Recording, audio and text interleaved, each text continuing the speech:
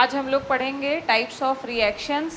ये सारे टाइप्स जो वो होंगे, जैसे हम देख रहे हैं कि कोई केमिकल चेंज है, लेकिन उसमें भी कैटेगरी है कि किस टाइप में ये रिएक्शन होगी। तो सबसे पहले हम लोग पढ़ेंगे कॉम्बिनेशन रिएक्शन। जैसा कि नाम से ही क्लियर है कि कॉम्बिनेशन का मतलब जब भी आप क्या कर रहे हो, किसी चीज़ को कंबाइन कर रहे हो या फिर ऐड कर रहे हो, तो ऐसी कोई भी रिएक्शन जहाँ पे कुछ कंबाइन होता है। तो हमने प्रीवियस क्लासेस में पढ़ा था कि जो भी सब्सटेंस पार्टिसिपेट करते हैं केमिकल रिएक्शन में, उनको हम क्या बोलते हैं, रिएक्टेंट। तो यहाँ पे भी जो रिएक्टेंट के नंबर हैं वो ज़्यादा हो सकते हैं, 2, 3, 4, लेकिन हमारा जो प्रोडक्ट है वो एक ही बनेगा। तो हम यहाँ पे मेंशन कर रहे हैं कि when 2 or more reactants are combined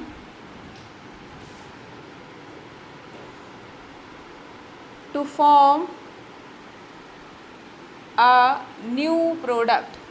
क्या हो रहा है कि 2 या 2 से ज़्यादा रिएक्टेंट्स कंबाइन हो रहे हैं और एक नया प्रोडक्ट फॉर्म कर रहे हैं। तो कॉम्बिनेशन रिएक्शन के हम कुछ एग्जांपल्स देखेंगे, जैसे कि कैल्शियम ऑक्साइड। कैल्शियम ऑक्साइड आप सभी जानते हो, कॉमन नेम है इसका क्विक लाइम। क्विक लाइम के नाम से फेमस है, जिसका फॉर्मूला होगा CaO। अब ये जो कैल्शियम ऑक्साइड होता है, जब ये वाटर से रिएक्शन करता है तो बहुत ही फास्ट रिएक्शन करता है, और फास्ट रिएक्शन करने के बाद क्या फॉर्म करता है, कैल्शियम हाइड्रोक्साइड। कैल्शियम हाइड्रोक्साइड, और ये कॉमनली पहचाना जाता है स्लेक्ड लाइम के नाम से। तो ये हमारा बन गया कैल्शियम हाइड्रोक्साइड, और इसे हम क्या बोलते हैं, स्लेक्ड लाइम। अच्छा, आप ध्यान दीजिए कि यहाँ पे हमारे पास टू रिएक्टेंट्स थे, लेकिन प्रोडक्ट एक ही है।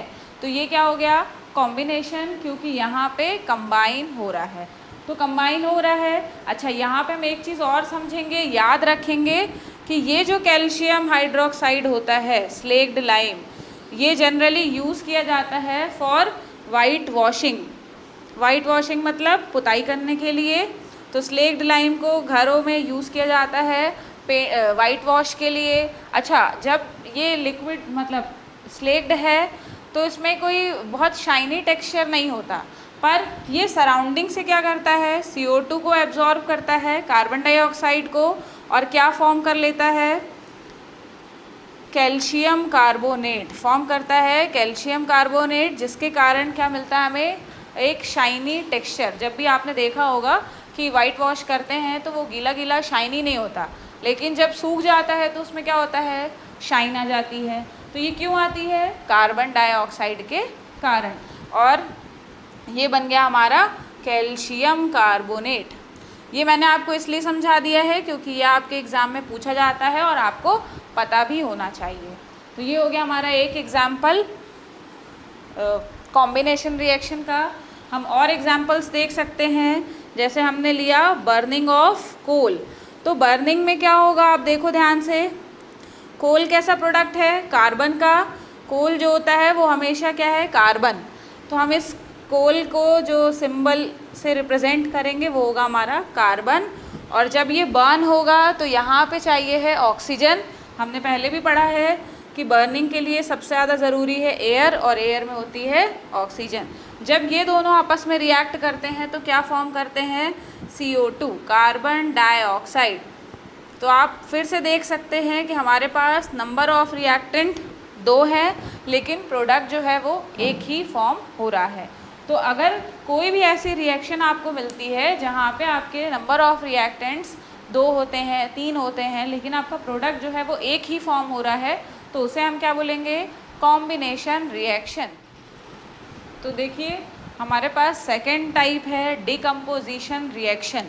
तो जैसे हम देख रहे थे कि कॉम्बिनेशन में 2 या 2 से ज़्यादा रिएक्टेंट कंबाइन होकर के एक प्रोडक्ट बना रहे थे, तो यहाँ पे डिकम्पोजिशन रिएक्शन का मतलब है कि आपके पास एक ही रिएक्टेंट है, पर वो ब्रेक हो करके 2 या 2 से ज़्यादा नए प्रोडक्ट फॉर्म कर सकता है। तो देखिए हमने लिखा है when a single reactant breaks down into 2 और मोर प्रोडक्ट्स। तो जब भी एक रिएक्टेंट 2 या 2 से ज़्यादा प्रोडक्ट में ब्रेक होगा तो उस टाइप की रिएक्शन को हम कहेंगे डीकम्पोजिशन रिएक्शन।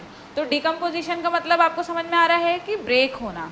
समझ में आ रही सबको बात? चलिए, तो नेक्स्ट हम यहाँ पे एग्जाम्पल देखते हैं कि एग्जाम्पल क्या होगा। तो जैसे हमने अभी लिया था कैल्शियम कार्बोनेट, तो जब आप कैल्शियम कार्बोनेट को गर्म करते हो, क्या देते हैं, हीट, तो इस किस में ब्रेक हो जाएगा, ये कैल्शियम ऑक्साइड में और कार्बन डाइऑक्साइड में। तो देखिए ये क्या हुआ, आपके पास एक सिंगल रिएक्टेंट था और दो प्रोडक्ट फॉर्म हो गए।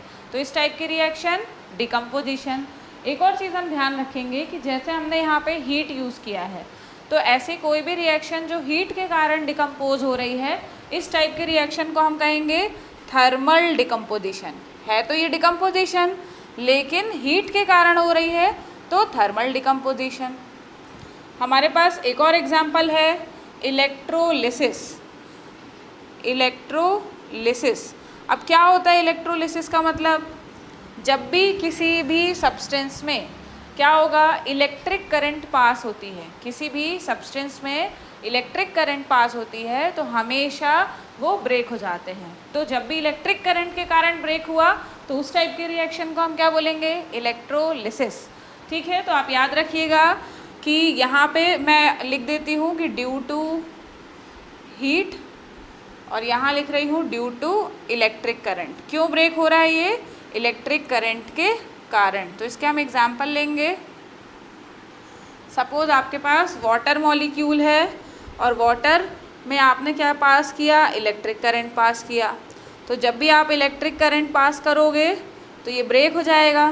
अब ब्रेक होके क्या फॉर्म होगा, hydrogen gas and oxygen gas. आप देख लो, बैलेंस कर लो इसको, क्या होगा, 2H2O एंड 2H2। तो ये क्यों डिकम्पोजिशन हो रहा है, ड्यू टू इलेक्ट्रिक करंट। तो जब भी इलेक्ट्रिक करंट के कारण डिकम्पोजिशन होगा तो उसे हम कहेंगे इलेक्ट्रोलिसिस।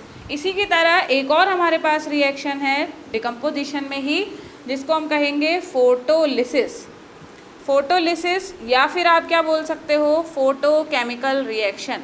इसका मतलब फोटो मीन्स, आप हमेशा अब याद रखिएगा साइंस में कहीं पे भी वर्ड आता है फोटो, तो इसका मतलब होता है लाइट। मैं यहाँ पे मेंशन कर दे रही हूँ, ड्यू टू लाइट।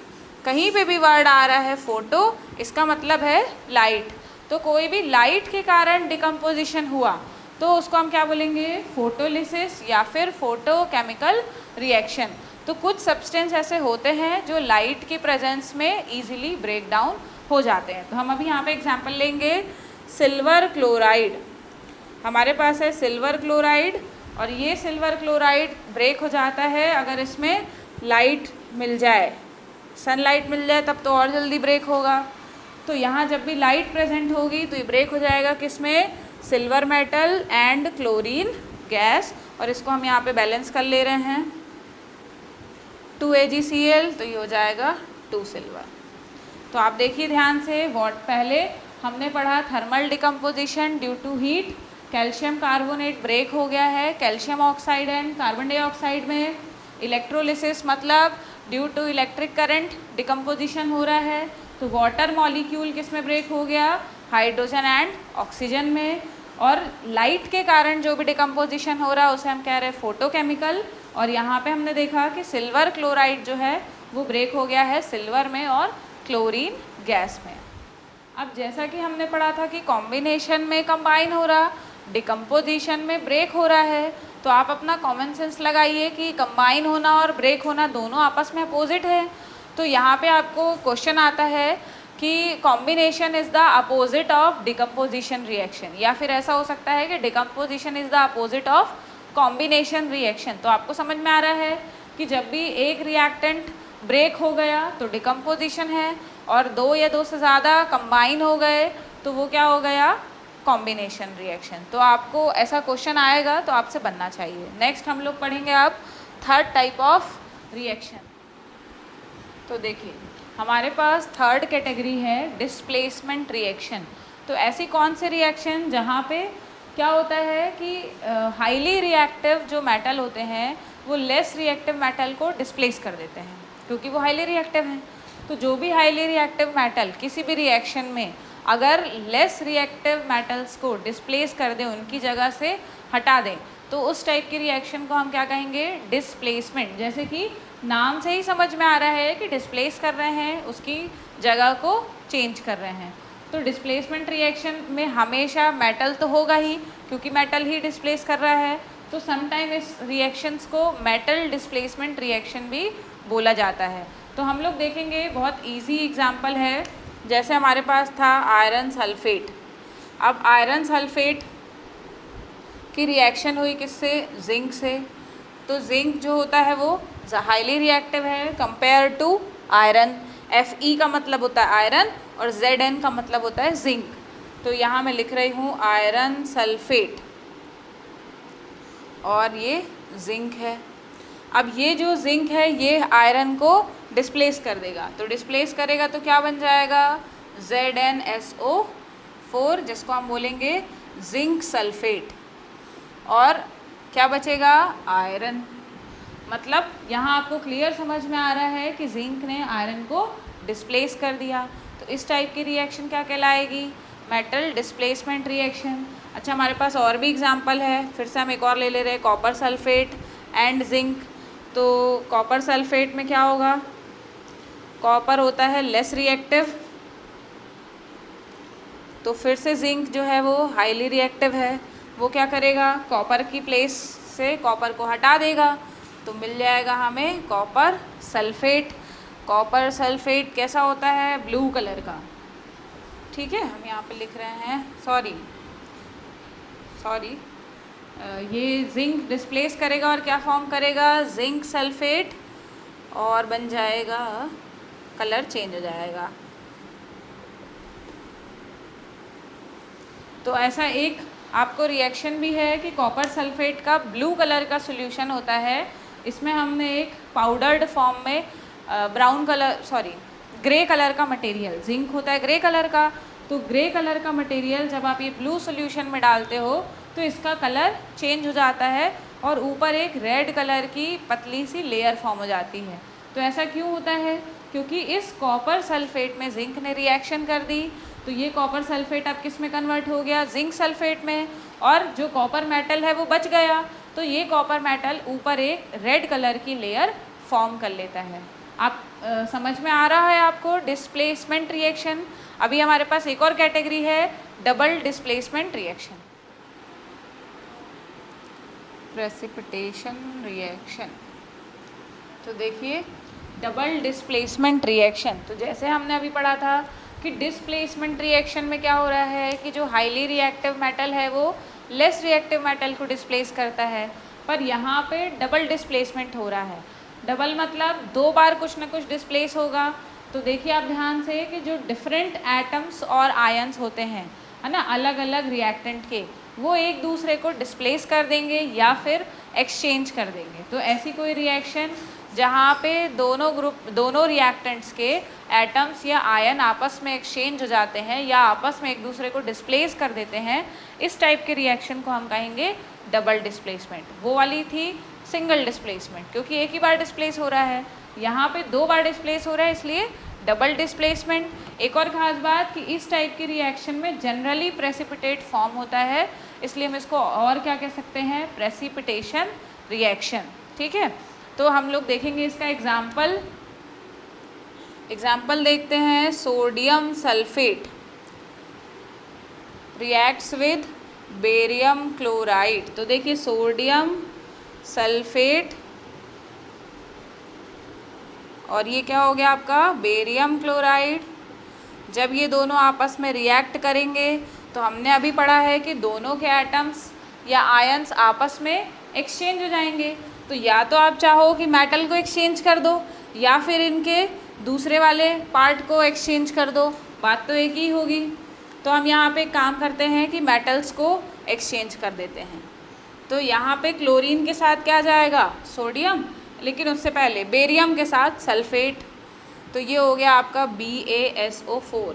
जैसा कि हमने 9th स्टैंडर्ड में पढ़ा था कि बेरियम की वैलेंसी +2 और सल्फेट की वैलेंसी -2, इसलिए हो गया बेरियम सल्फेट। प्लस क्या होगा, सोडियम 2 टाइम्स, क्लोरीन 2 टाइम्स।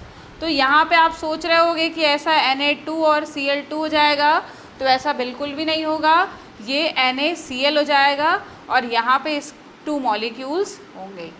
ठीक है, ये आप 9th स्टैंडर्ड में ऑलरेडी पढ़ चुके हो कि वैलेंसी के हिसाब से हम कंपाउंड्स को फॉर्म करते हैं। तो इसका नाम क्या हो गया, बेरियम सल्फेट, और इसका नाम क्या हो गया, सोडियम क्लोराइड। तो आपने पढ़ा है कि सोडियम क्लोराइड मतलब कॉमन सॉल्ट, भूलना नहीं है। तो देखिए दोनों आयन आपस में एक्सचेंज हो गए। ठीक है, और यहाँ पे ये जो बेरियम सल्फेट बनता है ये प्रेसिपिटेट फॉर्म हो जाता है। ठीक है, प्रेसिपिटेट फॉर्म होगा तो इसको हम क्या बोलेंगे, प्रेसिपिटेशन रिएक्शन। आपको ये याद रखना है कि ये वाइट कलर का प्रेसिपिटेट फॉर्म होता है। ठीक है, प्रेसिपिटेट को शॉर्ट में PPT भी लिखते हैं, तो मैंने यहाँ पे लिख दिया है कि वाइट PPT फॉर्म होगा या वाइट कलर का प्रेसिपिटेट फॉर्म होगा, इसलिए क्या है, प्रेसिपिटेशन रिएक्शन। नोट कर लीजिए।